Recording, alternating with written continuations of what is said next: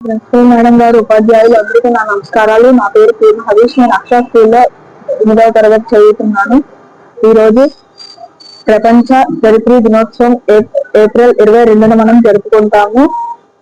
ఈ దినోత్సవం మనకు ఒక సందేశాన్ని ఇస్తుంది. అదేమనగా మన భూమిని మనం కాపాడుకోవాలి.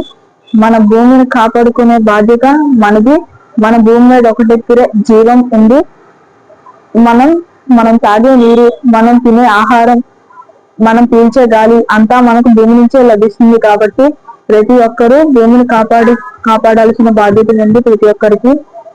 మనం చేసే కొన్ని పొరపాట్ల వల్ల భూమికి కొంచెం డ్యామేజ్ అవుతుంది. అదేమనగా మనం చెట్లు నరికేయడం వలన,